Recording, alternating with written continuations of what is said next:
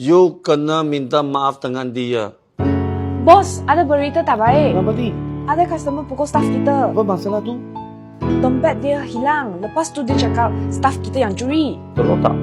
Dia pukul 1 kali. Tunggu sekejap. Saya cek CCTV. Bos, ini customer tu. Bos, saya sudah cek CCTV. 1 jam pun tak ada orang keluar masuk. Apa? Saya cari lagi sekali. Dah jumpa dah. Sengaja. Ini ada salahan faham. Baguslah, tak jumpa. Okey lah. Saya balik dulu ah. Tunggu sekejap. Kenapa? Awak tak jumpa dompet. Tapi awak sudah pukul staff saya. You kena minta maaf dengan dia. Minta maaf? Saya VIP customer tahu. Kalau nak saya minta maaf, lain kali saya tak mau datang. Datang ataupun tak, itu hal lain. Awak kena minta maaf dekat dia.